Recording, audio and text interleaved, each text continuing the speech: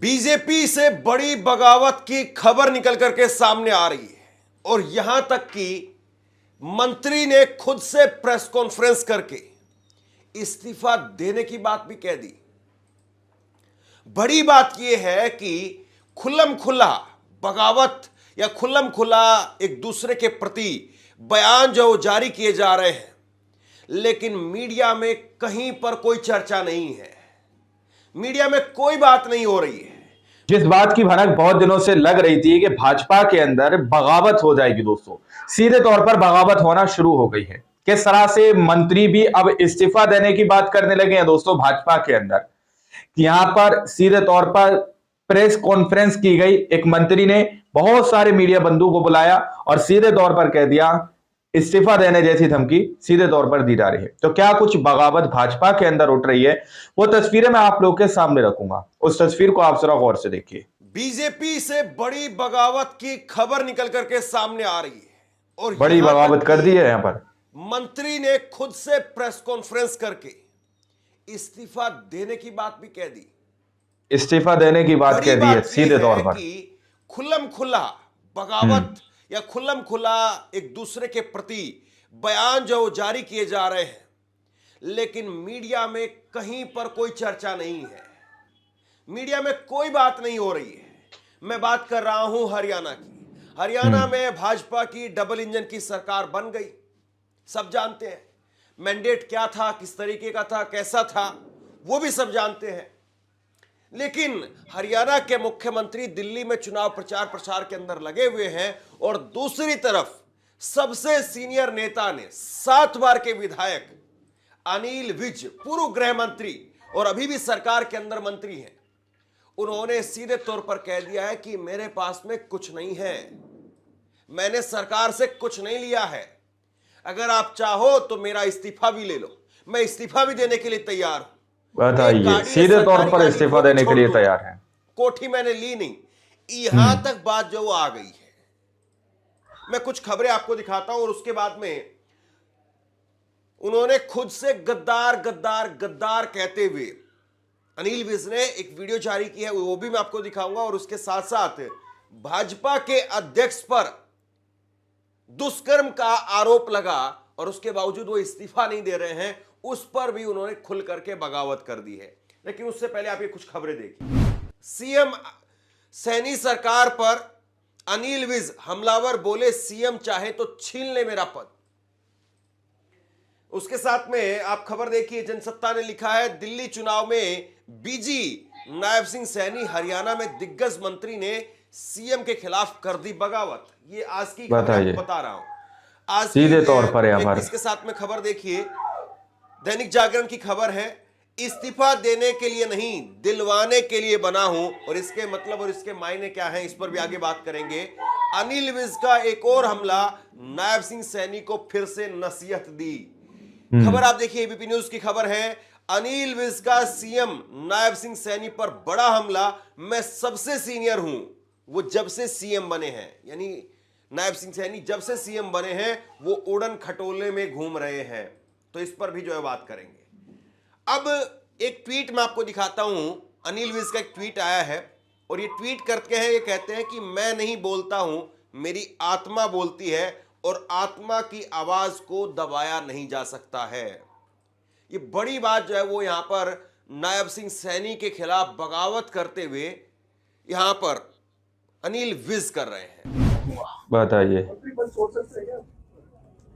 देखिए, ऐसा है, मंत्री पद में मैंने किसी से कुछ ले तो रखा नहीं, कोठी मैंने नहीं ली, एक कार है, वो भी मेरे कार्यकर्ताओं ने कल दे दिया कि भी अगर कार छीनेंगे तो हम लेके दे देंगे।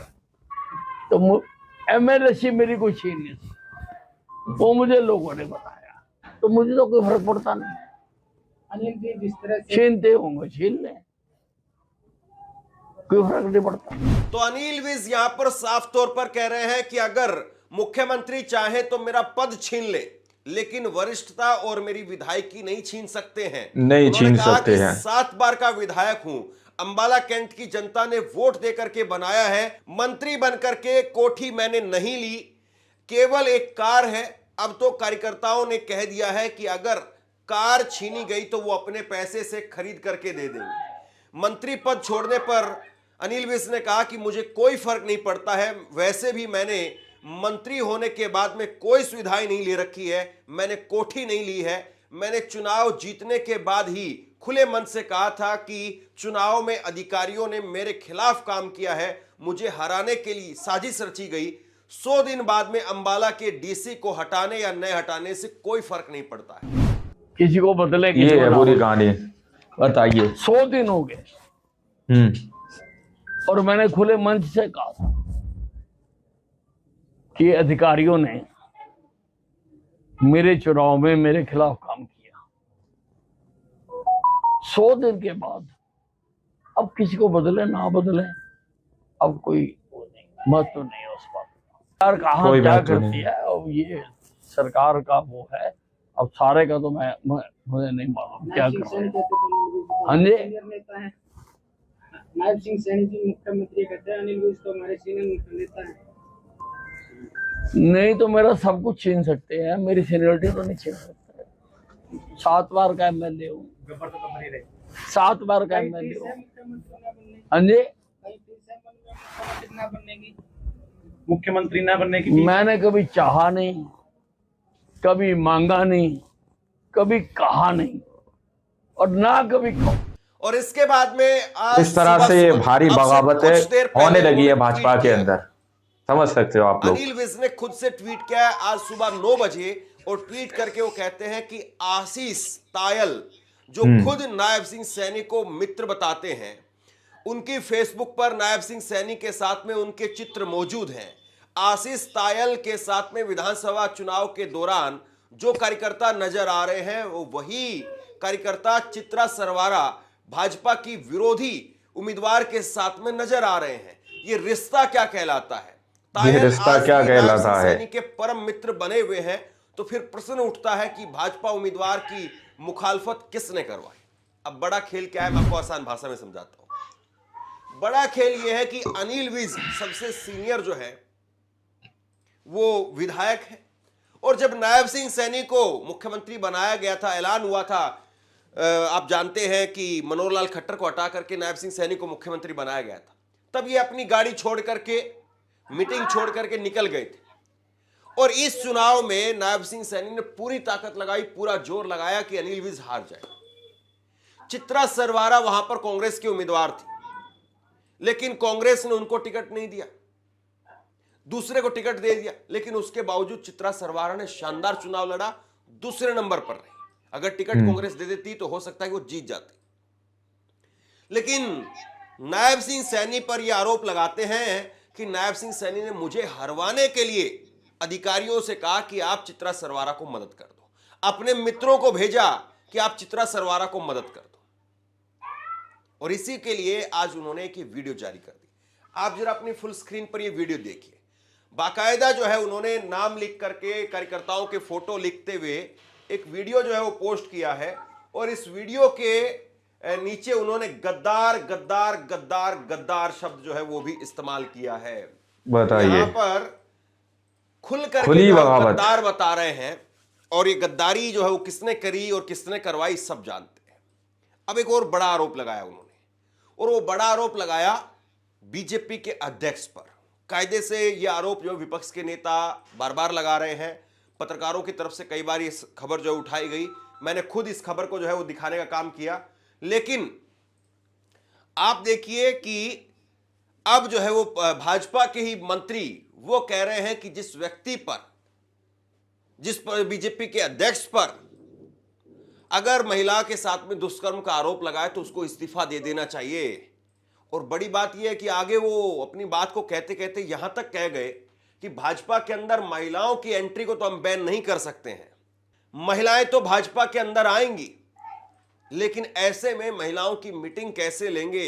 मोहनलाल बड़ोली बीजेपी के अध्यक्ष हैं, दुष्कर्म के आरोप लगे हैं, और उनके खिलाफ भी खुल करके इन्होंने मोर्चा खोला। बड़ी बगावत कर दी है यहाँ पर। मोहनलाल बड़ोली पर रेप के आरोप लगे हैं, आप किस तरह देखते हैं?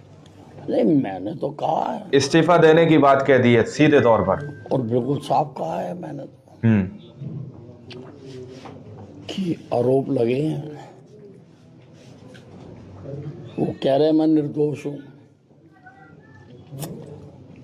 और जो उसमें विटनेस है वो भी कह रही है निर्दोष है।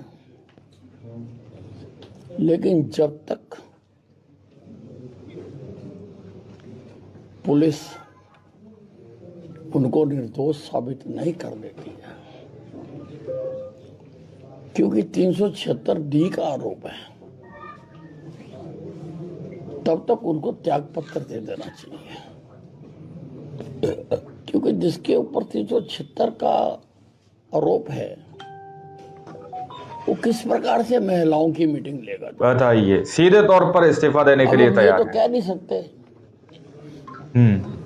कि महिलाओं को बीजेपी से बैन कर दिया गया है, हम तो महिलाओं को अब 30% बढ़ा रहे हैं। अब उसमें 376 का अध्यक्ष तो नहीं ले सकता। बड़ा सवाल यह है कि अनिल विज हो या मोहनलाल बड़ोली हो, उन पर जिस तरीके से यहां पर मोर्चा खोल रहे हैं अनिल विज, सबसे सीनियर विधायक है, तो क्या आप ये कहेंगे कि ये भी कांग्रेस से मिल गए हैं? कांग्रेस वहां पर जो विपक्ष का काम करना चाहिए था हरियाणा के अंदर, वो करती हुई नजर नहीं आ रही है। एक ही सच्चाई है, कड़वी सच्चाई कांग्रेस के लिए। बताइए, अभी तक नेता सीधे तौर पर यहाँ पर पद वो खाली पड़ा हुआ है, कौन उस पर बैठेगा अभी तक पता ही नहीं चला, जबकि ये काम शुरुआती 10-15 दिनों में तय हो जाना चाहिए था। लेकिन अभी तक चुनाव बीतने के बाद में करीब 3 महीने का वक्त हो गया, अभी तक कुछ नहीं पता है। तो कांग्रेस कैसे काम कर रही है सब जानते हैं। लेकिन अब अनिल विज ने एक तरीके से मोर्चा खोल दिया है और अनिल विज कह रहे हैं कि हमारा मुख्यमंत्री तो उड़न खटोले के अंदर रहता है। उड़न खटोले यानी हेलीकॉप्टर के अंदर, हेलीकॉप्टर में रहता है, लोगों से बात ही नहीं करता है, जमीन पर उतरता ही नहीं है। सुनिए उन्होंने क्या कहा, हमारे मुख्यमंत्री उड़न खटोले से नीचे नहीं उतरते हैं।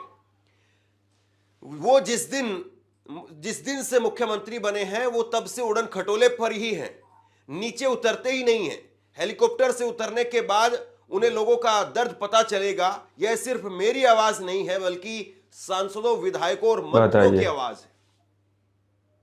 ये बातें आपकी सरकार का ही एक मंत्री कह रहा है, लेकिन ना कहीं मीडिया में चर्चा है और ना कहीं और चर्चा है। उल्टा मीडिया उनसे काउंटर में सवाल ये कर रही है कि क्या आप मुख्यमंत्री बनना चाहते हैं, इसलिए आप ये जो प्रेशर पॉलिटिक्स कर रहे हैं क्या? भाई एक आदमी कुछ कह रहा है तो उसका काउंटर किया जाए, उसको पूछा जाए कि हाँ ये बात सही है या नहीं है। लेकिन नायब सिंह सैनी को स्टार प्रचारक बना करके रैलियां करवाई जा रही, मुख्यमंत्री से जाहिर तौर पर वैसे भी करवाई जाती है। लेकिन क्या मोहनलाल बड़ोली का इस्तीफा उन्होंने लिया? जिन मोहनलाल बड़ोली पर भाजपा के प्रदेश अध्यक्ष पर एक महिला से दुष्कर्म करने का आरोप लगा, उनका इस्तीफा नहीं छीन सकते हैं, ये सबको दिख रहा है, नहीं लिया। तो ऐसे में क्यों नहीं जो है सवाल बनता है। आगे वो कह रहे हैं कि मैं शिकायत निवारण समिति की बैठक में शामिल नहीं होऊंगा क्योंकि अधिकारी मेरे आदेशों की पालना नहीं कर रहे हैं। बाकी हरियाणा का तो मुझे कुछ नहीं लेना, लेकिन अंबाला कैंट के लोगों ने मुझे 7 बार विधायक चुना है, उनके काम के लिए अगर मुझे आंदोलन भी करना पड़े तो मैं करूंगा। अगर मुझे किसान नेता जगजीत सिंह डल्लेवाल की तरह आमरण अनशन करना पड़े तो मैं करूंगा। ये शब्द किसके हैं?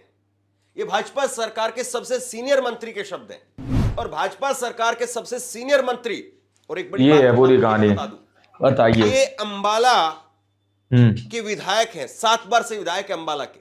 और अंबाला का ही बॉर्डर है वो शंभू बॉर्डर, जहां पर प्रोटेस्ट चल रहा है। तो वहीं के विधायक कह रहे कि मैं जगजीत सिंह डल्लेवाल की तरह अनशन करूंगा। तो मतलब ये मान रहे कि जगजीत सिंह डल्लेवाल का जो अनशन है वो ठीक है। एक अपने आप में बड़ी किरकिरी, कोई बात तो नहीं है। सवाल अब यह है कि सरकार बीजेपी अब कैसे डैमेज कंट्रोल करेगी। यहां पर खुल करके बगावत साफ तौर पर सुनाई दे रही है। अगर ये किसी और पार्टी के अंदर होता, अगर मान लीजिए कि अरविंद केजरीवाल के पार्टी में से कोई मंत्री अगर इस प्रकार का बयान दे दे अरविंद केजरीवाल के खिलाफ, तो सोचिए किस तरीके से जो उसको लेकर के मीडिया कवरेज होगी। लेकिन अब अनिल विज को कोई नहीं पूछ रहा है, अनिल विज की नेशनल मीडिया में भी कोई चर्चा नहीं। तो इसलिए इस खबर को आप लोगों तक पहुंचाइए और आप क्या सोचते हैं नीचे कमेंट बॉक्स में लिख करके जरूर बताइए। और इसी तरह की तमाम खबरों के लिए ऑनलाइन न्यूज इंडिया को सब्सक्राइब कीजिए। इस तरह से ये भारी बगावतें होने लगी है भाजपा के अंदर। दोस्तों, आप लोगों ने इस वीडियो को शुरू से आखिर तक देखा। वीडियो के अंदर साफ तौर पर बात की गई है कि किस तरह से बीजेपी के अंदर अब बगावत उठने लगी है। दोस्तों, बीजेपी के अंदर इस तरह की तस्वीरें देखी जाने लगी हैं कि नेता जो है सीधे तौर पर, मंत्री जो है 7 बार के विधायक रह चुके, वो सीधे तौर पर कह रहे हैं कि अब हम इस्तीफा भी दे देंगे।